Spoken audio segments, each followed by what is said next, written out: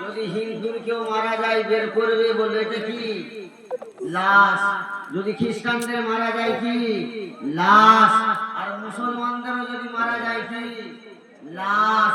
তো ফেরেশতা বলছে যাবার আগে ভেবে যাস, কেন তোর আগে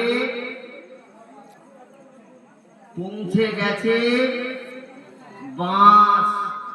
আমল থাকলে পাস, আর তা না হলে শুলে বাস।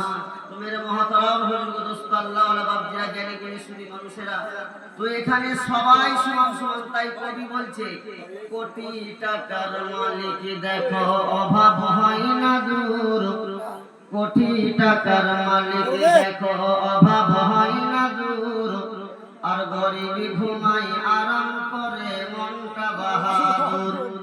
ফেরাউনের লাশটি দেখো মিশর জাদু ঘরে, খাই না মাটি খাই না মাছি সবাই ঘৃণা করে।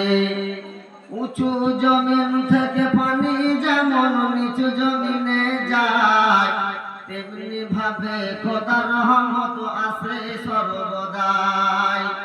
ভোগ বিলাসের বাড়ি গাড়ি পরে রবে